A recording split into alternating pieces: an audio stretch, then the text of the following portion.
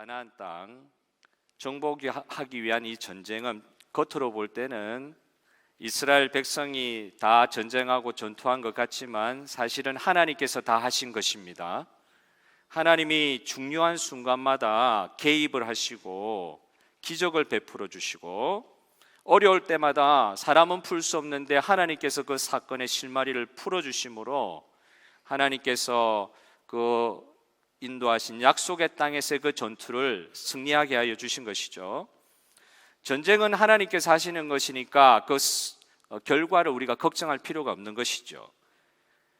하나님이 하시니까 하나님이 이기십니다. 근데 중요하게 하나님께서 생각하시는 게 뭘까 생각해 보니까 따로 있는 것 같아요. 열심히 전투하는 것 그 이외에 하나님께서 진짜 중요하게 생각하시는 그 어떤 것들이 있는 것 같아요. 지난 주일에도 제가 말씀드렸지만은 중요한 순간에 하나님은 이스라엘 백성들로 하여금 멈추라고 하십니다. 계속 여세를 몰아서 열심히 싸움해야 될 것 같은데 멈추게 하시는 거예요. 첫 번째로 하나님이 할례와 유월절을 다시 회복시키는 장면이 나왔죠. 그리고 아간의 범죄로 말미암아 참 치욕스러운 전투의 패배를 경험하고 난 이스라엘 백성에게 아간의 범죄를 해결케 하시는 하나님의 역사가 임하심으로 승리를 다시 한번 허락하시는 그 순간에 하나님은 전투를 멈추게 하여 주셨던 것입니다. 오늘 우리가 읽은 본문에 와서는 하나님이 직접 시키신 것도 아닌데 이미 요단강을 건너기 전 모세가 있었던 그 시대에 하나님께서 모세를 통해서 약속하시고 명령하신 것들을 여호수아와 백성들이 먼저 나서서 하나님의 그 말씀의 율법을 다시 한번 우리가 회복해야 되겠다. 그래서 멈추는 거예요. 하나님은 사실 우리를 멈추게 하십니다. 오늘 이 주일 예배의 시간도 멈추는 시간이에요.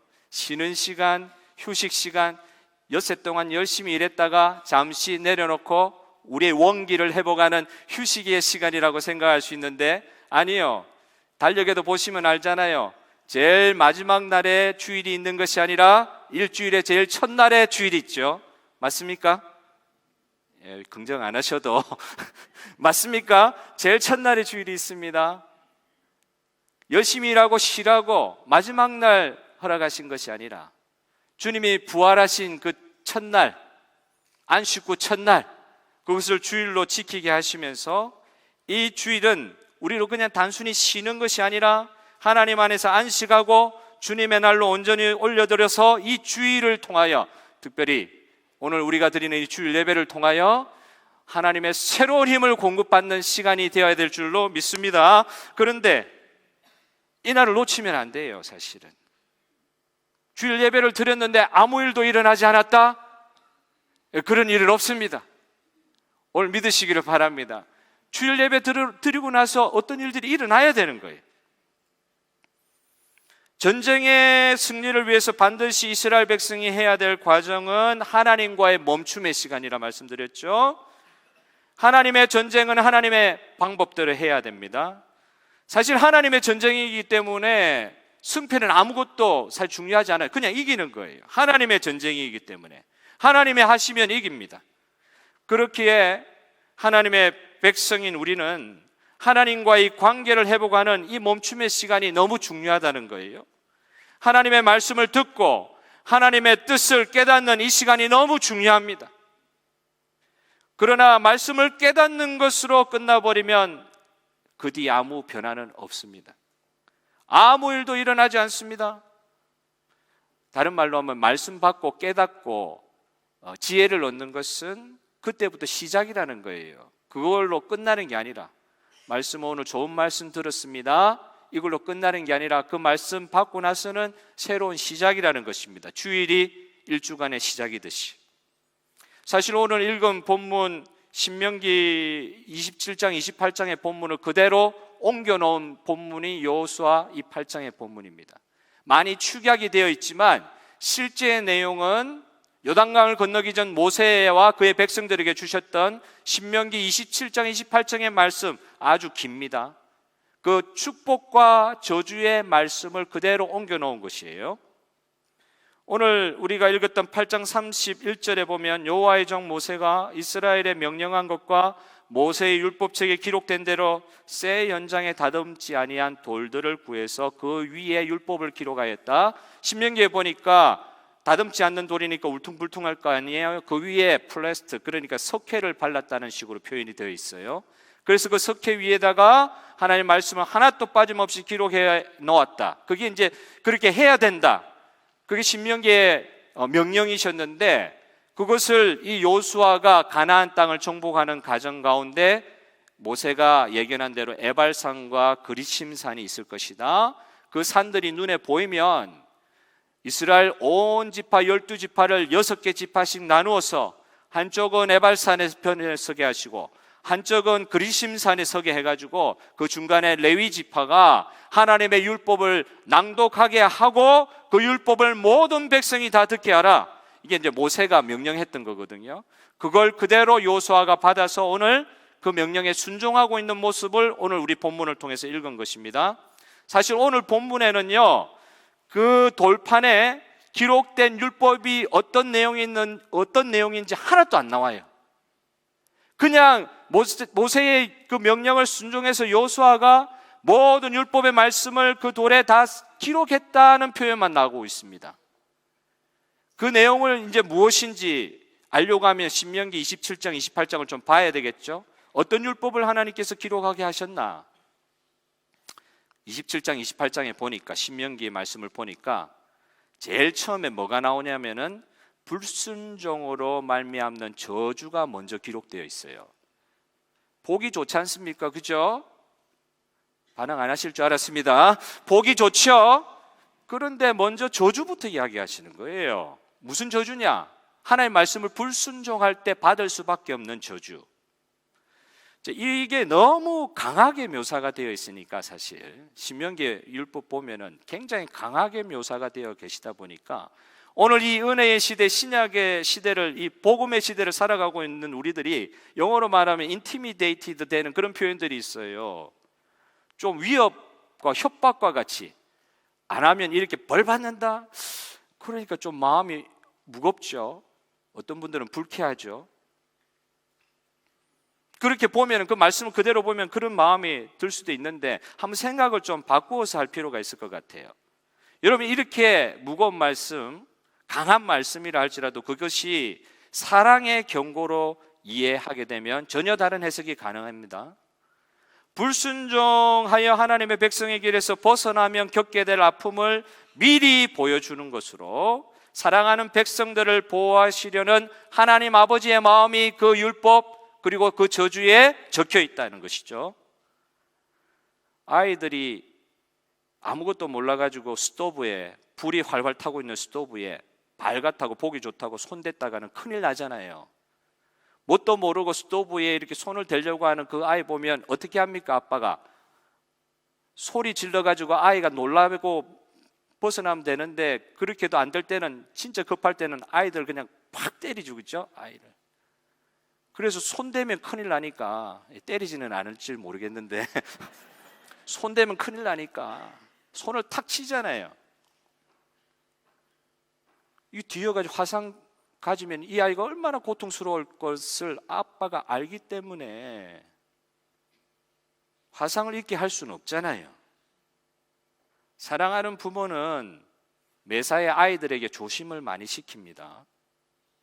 위험으로부터 멀리할 것을 말씀하시는 이 하나님의 그 강력한 어조가 협박입니까? 정당하지 못한 간섭입니까? 여러분, 아닙니다. 사랑하면은 정확하게 위험한 것을 위험하다고 알려주는 것입니다. 하나님이 경고하시는 강한 말씀은 하나님과 이웃에게 우리 자신들이 얼마든지 죄를 저지를 수 있는 그런 위험성을 가지고 있는 우리의 실상을 그대로 보여주시는 거예요. 에이, 하나님, 나를 어떻게 보시고 어떻게 이렇게 짐승과 교접하는, 이런 일 현재는 없다고 볼 수도 있을지 모르겠어요. 동성애 합혼하고 나면 이제 자기가 데리고 있는 펫하고 결혼하는 것도 허락해 줄지도 모르겠어요. 시대가 점점 그렇게 변해가고 있지 않습니까?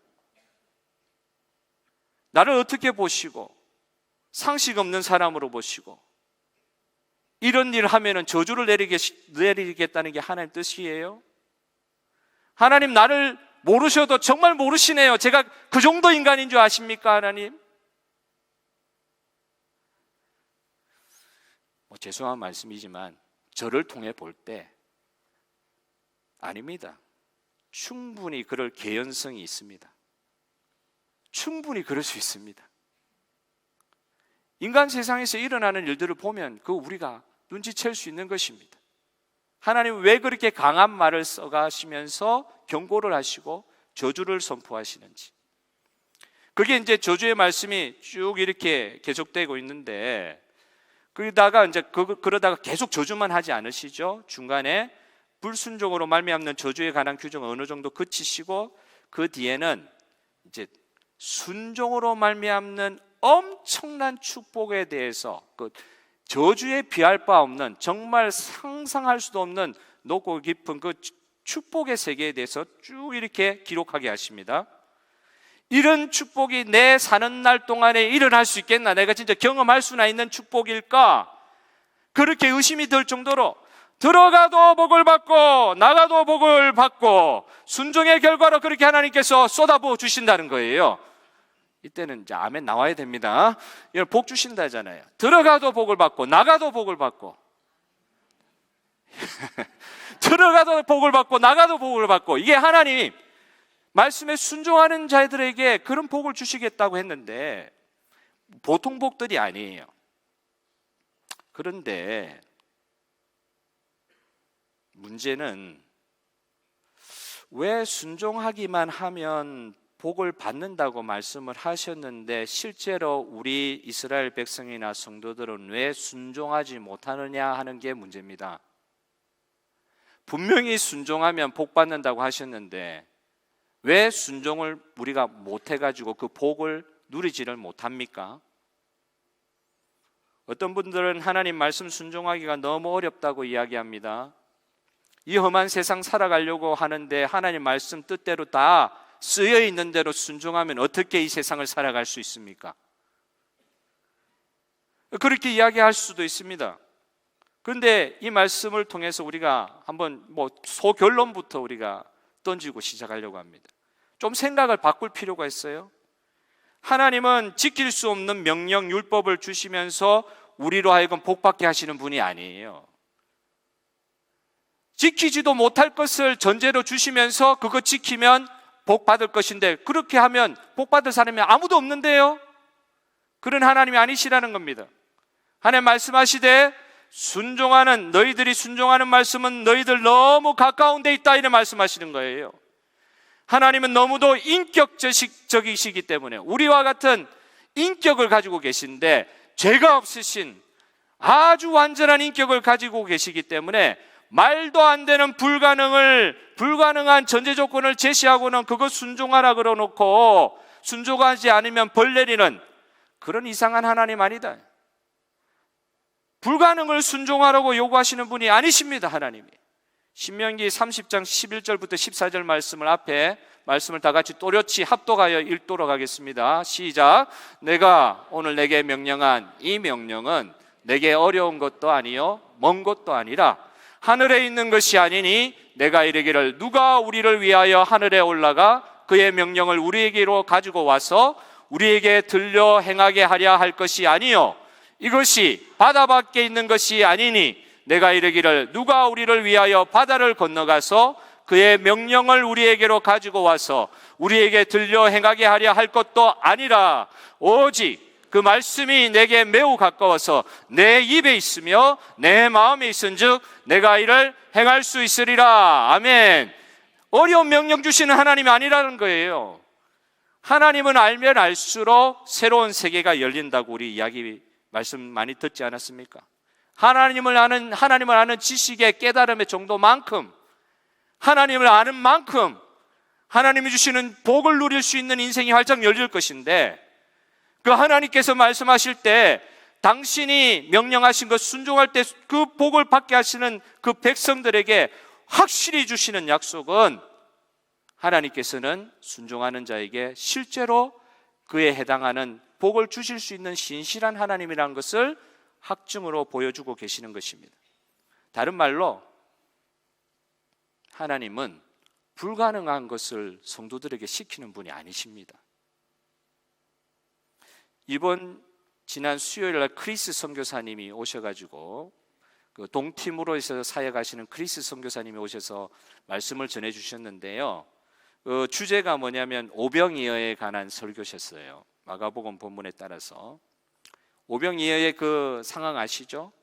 백성들이 예수님을 쫓아서 왔는데 밥때를 지났는데 이 광야가 되다 보니까 먹을 것이 아무것도 없는 광야에 남자만 5,000명이 되는 많은 사람들 있는 거예요. 제자들이 넋이 나가서 주님 앞에 이렇게 이야기합니다. 이렇게 많은 사람들을 어떻게 지금 밥을 먹일 수가 있겠습니까? 도저히 먹일 방법이 없습니다. 굶어서 지금 다들 힘들어하는데 제자들이 이렇게 물으니까 예수님께서 이렇게 말씀하셨다는 거예요. 너희들이 직접 먹을 것을 나누어 주라. 아니 보고를 아무것도 없다고 보고를 드렸는데 우리 보고 나누어 주시라고 하면 이게 어떻게 된 말씀입니까? 아무것도 없어가지고 주님 앞에 할 수 없이 말씀드렸는데 저보고 나누어 달라고 나누어 주라고요? 주님 너무 과하신 명령 아닙니까? 말도 안 되는 명령 아닙니까? 어떻게 이렇게 무책임하게 명령만 하실 수 있어요? 그리스 선교사님이 동티모로에 가보니까 그렇다는 거예요. 할 수 있는 것이 아무것도 없다.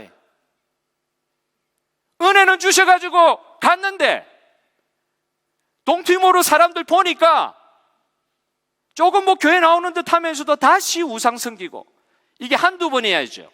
수십 번 수백 번 만나는 사람들마다 모두가 그런 걸 보여주니까 얼마나 낙심되겠어요. 그러니까 이 오병이어의 기적에 예수님의 주신 말씀같이 아무것도 이 사람들한테 줄 게 없는데 이 사람들이 변하겠습니까? 불가능합니다. 이 사람들이 변하겠습니까? 저는 어떻게 할 수가 없습니다. 선교의 현장을 보면서 그런 마음 가지고 있는 그리스 선교사님이 이 제자들이 오병이어의 사건을 앞두고 예수님께 받아서 실망하는 그 모습과 같지 않았단 말, 그런 모습이었다는 거죠. 그때 뭐 다른 예들이 많이 있습니다만 하나님께서 그 선교의 현장에서 누가 변화될 수 있겠나? 모든 것이 불가능해 보이는 그곳에서 또 불가능한 명령을 하나님께서 주셨다는 그 생각이 들 때 서운하지 아니할 수 없는 그 상황에서 하나님께서 놀라운 일을 일으켜 주심으로 하나님의 하나님 되심을 깨닫게 하시고 그 자리에서 서게 하여 주셔서 오병이의 사건, 누구죠? 조그만 어린아이로부터 제자들이 가서 아마 도시락을 뺏은 것 같아요. 모두가 배부른 그 시간에 이 도시락 빼앗긴 이 아이는 되게 불행했을 거예요. 그 아이 이거밖에 없으면 진짜 뭐 가지고 와서 주라고 하시니까 어디서 구해봤는데 도시락 하나 가지고 왔습니다. 이것밖에 없는데 어떻게 할까요? 예수님이 그 도시락을 통해서 떼어 나누면서 제자들에게 예수님이 딴 것을 주니까 제자들이 계속 이렇게 떼서 줄 수 있었어요. 어떤 방식으로 이게 영화로 표현하면 어떻게 표현될지 모르겠는데 떼서 주는 그때의 기적이 일어났습니다. 5,000명, 2만 명이 되는 사람들이 다 배불리 먹고도 남는 12강주리가 남을 정도의 음식이 다 나누어진 거예요. 불가능한 일이지만 그냥 말씀을 처음에 받았을 때는 이런 일이 가능하지도 않는데 주님께서는 왜 이렇게 저보고 하라고 그러시나? 가능하지가 않는 것인데, 이해가 되지가 않는 것인데, 그렇지만 이해가 되지 않고 가능하지도 않을 것 같은데 주님께서 말씀하시니까 순종하겠습니다. 순종하여 떡을 떼는 순간에 기적이 일어나는 줄 믿으시기를 바랍니다. 주님, 이렇게 곤란한 말씀을 우리에게 주실 수가 있으세요? 이렇게 말씀하시면서 우리 보고 순종하라고 하시면 어떻게 합니까? 하소연하는 상황들이 제자들에게만 있었겠습니까? 크리스 선교사님께만 있었겠습니까? 저와 여러분은 어떻습니까?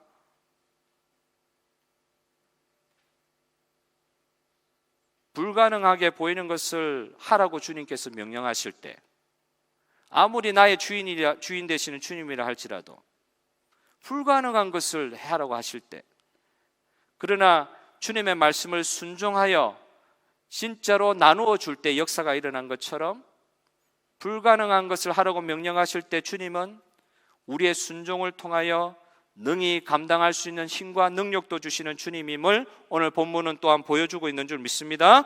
이것은 주님이 하시는 일이고 주님의 전쟁이고 나는 그 주님의 전쟁에 순종하여 따라가는 자일 뿐입니다.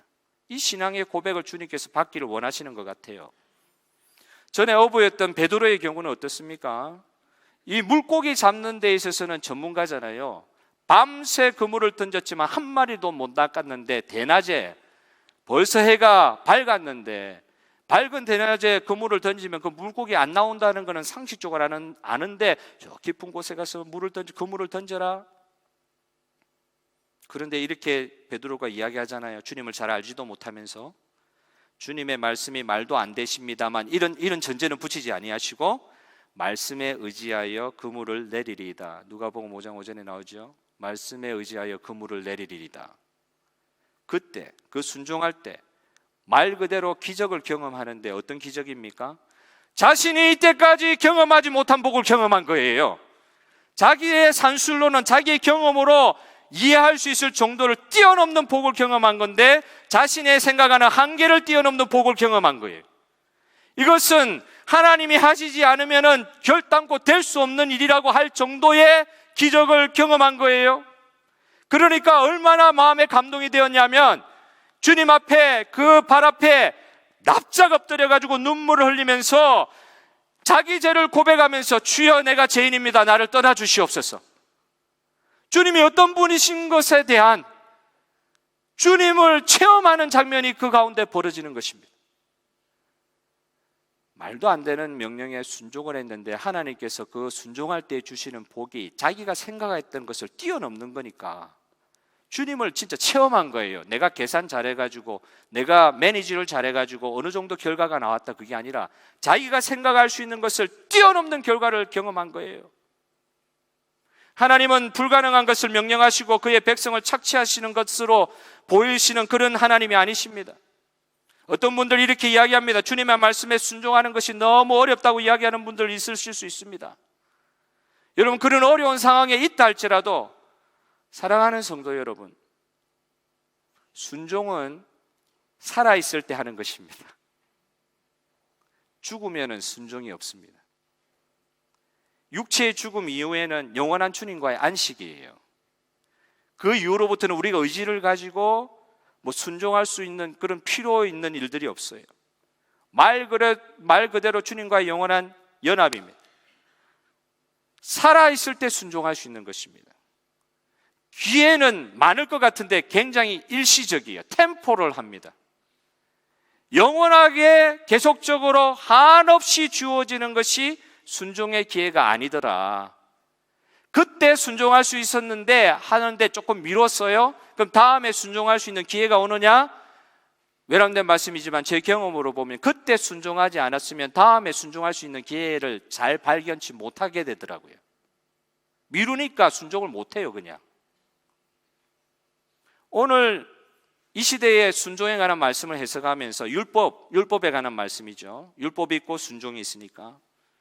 구약의 시대는 율법의 시대고 우리가 속해 있는 이 언약의 시대, 이 순수한 은혜의 시대, 이 신약 시대를 살아가는 우리들은 이 구약 시대의 율법에 대한 개념하고는 다른 개념을 가지고 살아갈 수 있는 사람들이다. 예를 들면 은혜의 시대는 구약의 율법이 폐지되었기 때문에, 은혜의 시대는 구약의 율법이 폐지되었기 때문에 그 율법의 정신만 계승하면 된다. 예수님께서 율법을 완성하셨기 때문에 율법의 정신만 계승을 하면 된다고 이렇게 생각하시는 분들이 있고, 실제로 그렇게 말씀 많이들 하십니다.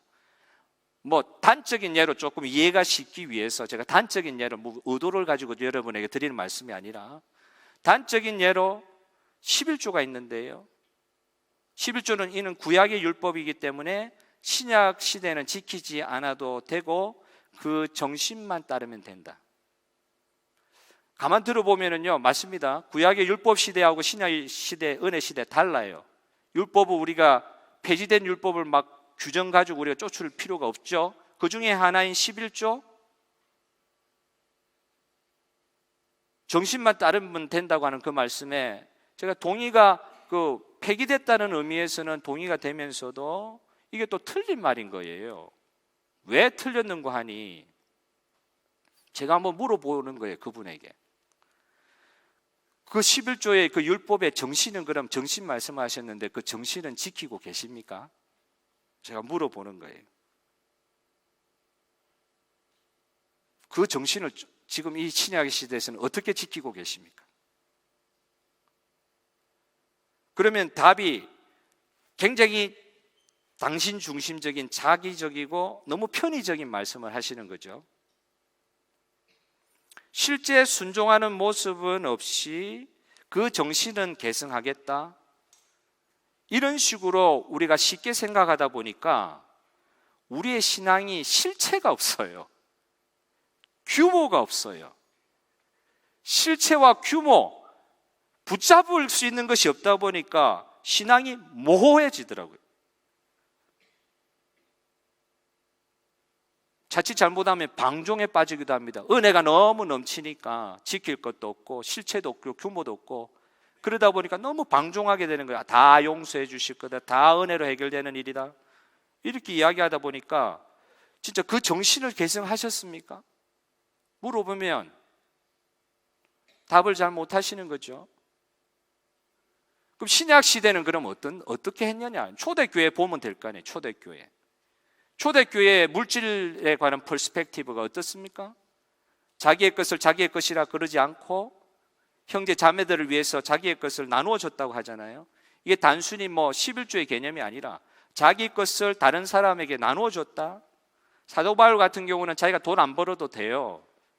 그냥 이렇게 말 그대로 설교하고 가르치기만 해도 돼요. 그런데도 복음을 위해서 직접 자기가 가진 기술을 가지고 일을 했다 그러죠. 초대교회 이야기할 필요도 없습니다. 우리 주변에 많은 성도님들 보면은요, 단순히 산술적으로 10의 1조 이런 게 아니고 10의 9조 바치는 분도 계세요. 자기의 삶을 그냥 던져가지고 하나님 앞에 헌신하는 분들도 계십니다. 전혀 제 삶의 기준으로 볼 때는 불가능하게 보이는 그 주님의 명령, 그걸 순종하면서 그분들이 그 명령에 순종하는 방식은 율법에 적혀 있으니까 이거 하나만 벌 받으니까 억지로 따라가는 순종의 방식이 아니라 자원하는 순종이죠. 누가 바치라 했습니까? 교회가 돈이 없어서 헌금하라고 그랬습니까? 아니지 않습니까?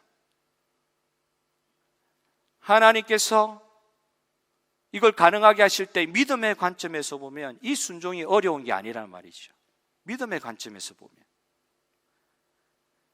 그러니까 순종에 불가능한 면을 우리가 좀 봤다고 그러면은 순종이 그러면 어떻게 하면 가능하게 되겠냐? 이게 어렵다며. 순종하기가 어려워요. 순종을 어떻게 가능하게 하겠냐? 이 문제에 우리가 딱 부딪히는 거죠. 복의 말씀과 저주의 말씀을 동시에 보면서 내가 어떻게 순종해야 그러면 하나님이 약속하신 그 복을 내 것으로 누릴 수가 있을까? 쉽게 구원의 간격이 있어야 된다, 성령께서 그렇게 하게 해주시면 못할 것 없다, 다 할 수 있다.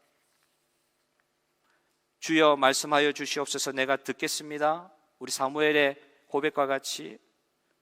근데 이 말을 오늘 이 주일날 설교를 나누는 이 자리에서 말씀하여 주옵소서, 내가 듣고 좋은 말씀 들었습니다, 아까 말씀드린 것처럼 그렇게 하고 끝나버리면 아무 일도 일어나지 않는 것이죠.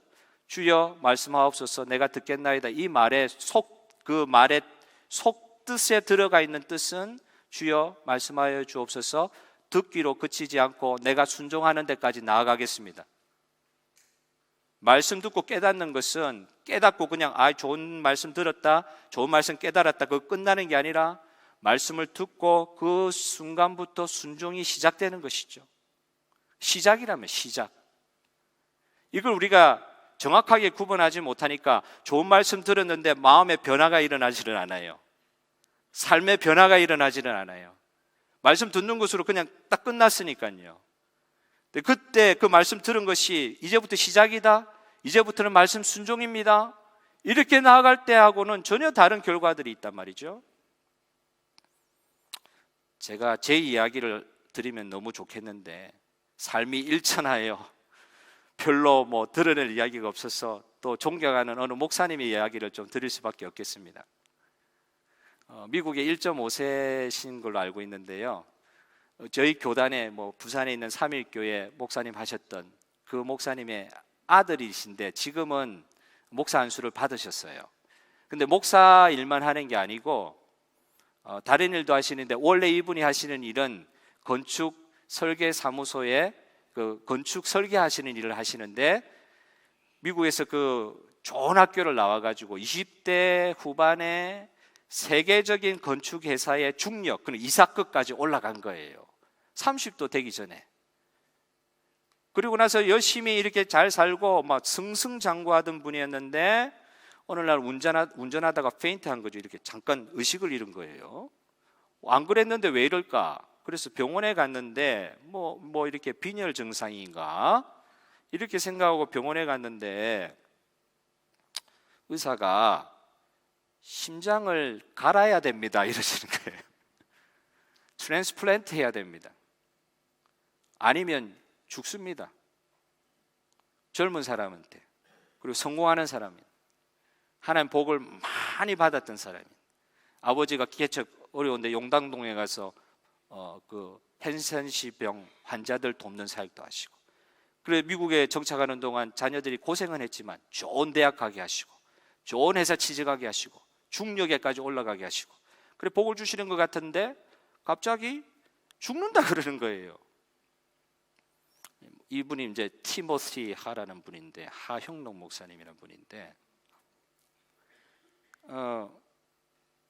그래서 이제 그 청천벽력 같은 이야기를 듣고 약을 먹으면서 이제 견뎠겠죠. 어느 정도 수치를 이렇게 늦추는 약을 먹었는데, 가다가 아마 안 되는 순간까지 왔는가 봐요. 그래서는 병원에 들어가서 입원을 했습니다. 왜 입원을 했느냐? 누군가 내사에 빠져서 장기를 기증을 하면 10분이라도 빨리 헬리콥터로 날라서 병원에 누워있는 자기에게 트랜스플란트를 하지 않으면 죽을 수밖에 없기 때문에 병원에 이제 입원해서 기다리는 거예요. 그 병실에 대한 소개가 참 재미났었는데요, 한 명씩 다 이렇게 수술해 나가는 경우도 있지만 때에 이식을 받지 못해가지고 죽어나가는 사람들도 보고요. 아주 극한의 생존의 현장이죠. 그런데 기쁜 소식이 왔어요. 복음이 들렸어요. 의사가 와가지고 당신에게 맞는 심장이 하나 생겼습니다. 아멘입니까?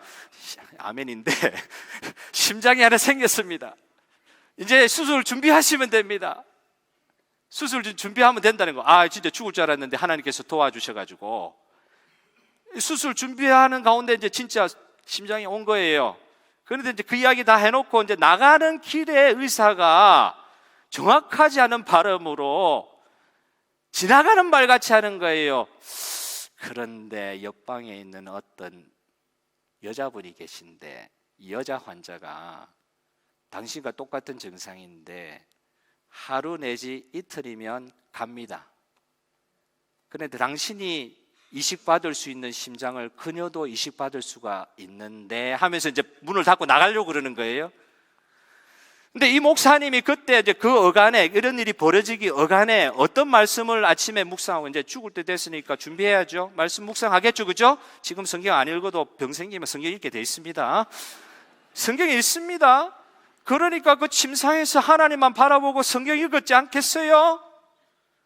그런데 그날 받은 본문이 예수님의 산상수훈인 거예요. 내 이웃을 내 몸과 같이 사랑하라. 내 이웃을 내 몸과 같이 사랑하라. 근데 그게 은혜를 깊이 받은 거예요, 목사님이. 그냥 보고 그게 이제 건강할 때는 생각하지도 못했던 이웃에 대한 눈이 활짝 열린 거죠. 생각하지도 못했던 말씀의 묵상의 그 지평이 열렸죠.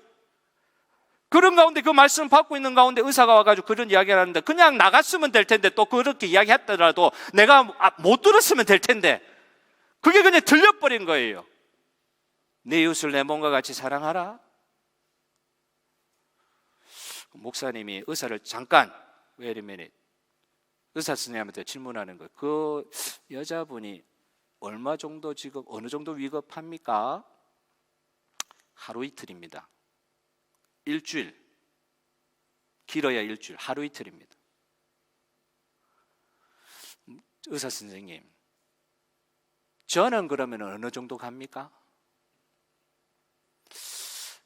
잘 모르겠는데 그 여자보다는 조금 더 가실 것 같습니다. 한 달 정도 이야기를 했다는 거예요. 한 달.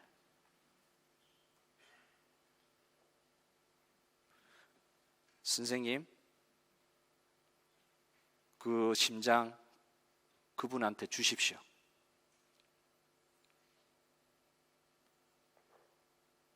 여러분, 남의 이야기라고 그렇게 아무 감각 없이 들으시면 안 돼.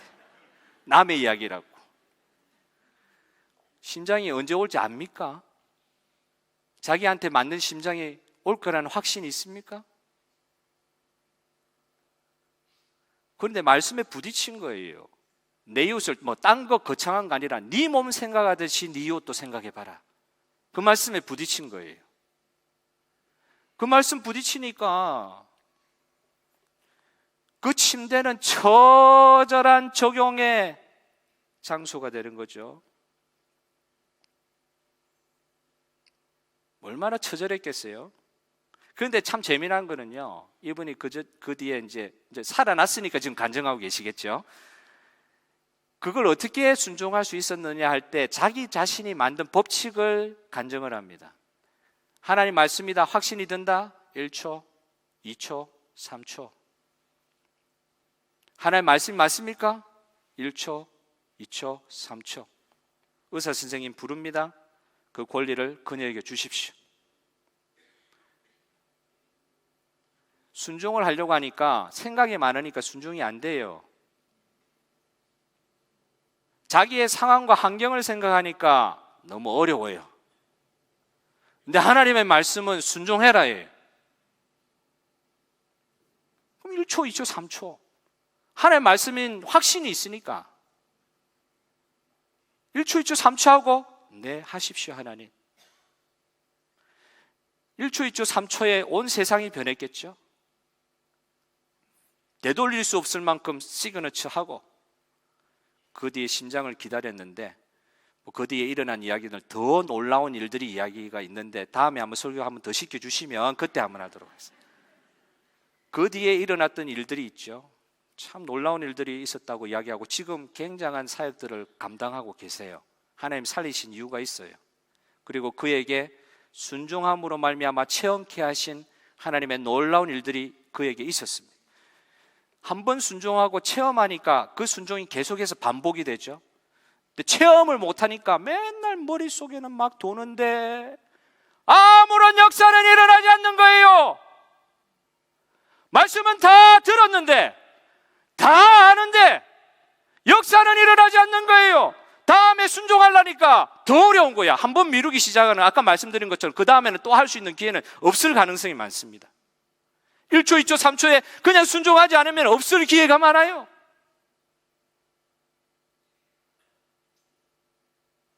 사실 순종하려고 하면 얼마나 방해거리가 많습니까? 어떤 분은 남자분이, 가정을 가진 남자분이 하나님 앞에 순종하려고 하니까 순종하려고 하면 사모님한테 이야기를 안 해야 되는 거예요. 그런데 또 하나님의 또 말씀은 또 그게 아니잖아요. 한 몸과 같이 다 나눠야 되는데 방해거리 많을 수 있죠. 순종하고도 후회하는 분들이 얼마나 많습니까? 일일이 제가 열거는 하지 않겠습니다. 하나님 말씀이라고 순종을 했는데 후회할 일들이 참 많은 거예요. 그러니까 이제 기분 따라 순종하면 안 됩니다. 하나님 오늘 피를 주셨다 그래서 피에 열심히 순종하고 그러면 안 되고 하나님의 말씀에 순종을 해야 되는데 사람의 생각은 후회할 것이 많을 수 있지만 하나님의 말씀에 대한 깨달음과 또 그에 따라 순종하려고 근심하며 마음으로 기도하는 것은 후회할 것이 없는 구원을 이루는 줄 믿으시기를 바랍니다. 하나님의 말씀의 뜻을 바로 깨닫는 것이 그러니까 중요하죠. 그런데 말씀을 깨닫는 것보다 더 중요한 것이 무엇입니까? 하나님의 신실하심을 믿고 그 말씀에 순종하고 과감하게 적용의 행동으로 옮기고 그리고 나서는 후회하지 않는 거예요. 그리고 의심하지도 않는 거예요. 그 믿음으로 순종을 했으면 그 믿음대로 약속한 복을 주실 줄 믿으시기를 바랍니다. 이 믿음은 하나님이 실제로 이 순종에 따르는 약속하신 복을 주실 수 있는 분이라는 확신이 있어서 가능한 것입니다. 하나님이 어떤 분이신지에 대해서 확신이 있기 때문에 어려워도 순종할 수 있는 거예요. 하나님이 믿어지지가 않는데, 어떤 분인지 잘 알지 못하는데 어렵게 요구하시는 그 순종의 제반 사항들을 어떻게 순종할 수 있겠단 말입니까? 그러니까요, 이게 머리에서 빙빙 돈다, 하나님을 내가 머리로 안다, 이게 그 정도 해가지고는 안 되고, 이 하나님에 대한 믿음은 체험돼야 되는 것입니다. 체험된 신앙이 반드시 후에 다시 순종으로 이어지는 것입니다. 또한 그 순종할 때에 약속의 복을 체험했다고 실제로 체험한 것들을 간증할 수 있는 자리에 들어갈 수 있는 거죠. 오늘 본문을 보니까 이스라엘에 속한 이방 거류민들까지 다 모아가지고 모든 사람들이 보는 앞에서, 모든 사람들이 듣는 앞에서 모든 율법의 세부 조항을 그 돌에다가 하나씩 하나도 빠짐없이 다 기록하고, 기록한 것을 레위인들이 읽을 때에 그 모든 상을 하나도 가감없이 다 말씀했다고 했어요. 낭독하지 아니한 말이 하나도 없었더라. 다 낭독해서 다 이스라엘 백성 귀에 들려줬다는 것입니다. 말씀이 없어서 말씀을 몰라 순종하지 못했다는 말을 하나님께서는 듣기를 원치 않으시는 것 같아요. 모든 사람이 모든 하나님의 말씀을 다 듣게 하시는 게 하나님 뜻인데, 말씀을 몰라서 순종하지 못했다고 하는 그런 상황이 생기지 않는 것이 하나님 원하시는 것 같아요.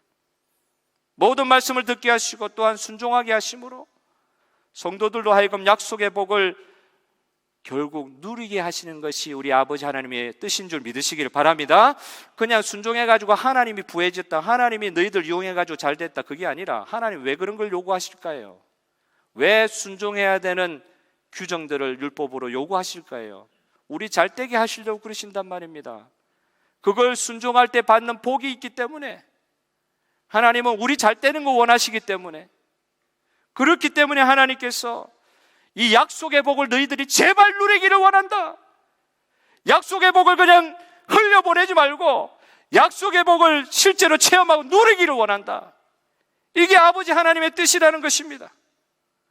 말씀 한 절만 더 읽고 마치도록 하겠습니다. 신명기 30장 19절 20절 다 같이 한번 크게 합독하시도록 하겠습니다. 시작. 내가 오늘 하늘과 땅을 불러 너희에게 증거를 삼노라. 내가 생명과 사망과 복과 저주를 내 앞에 두었은즉 너와 내 자손이 살기 위하여 생명을 택하고 내 하나님 여호와를 사랑하고 그의 말씀을 청종하며 또 그를 의지하라.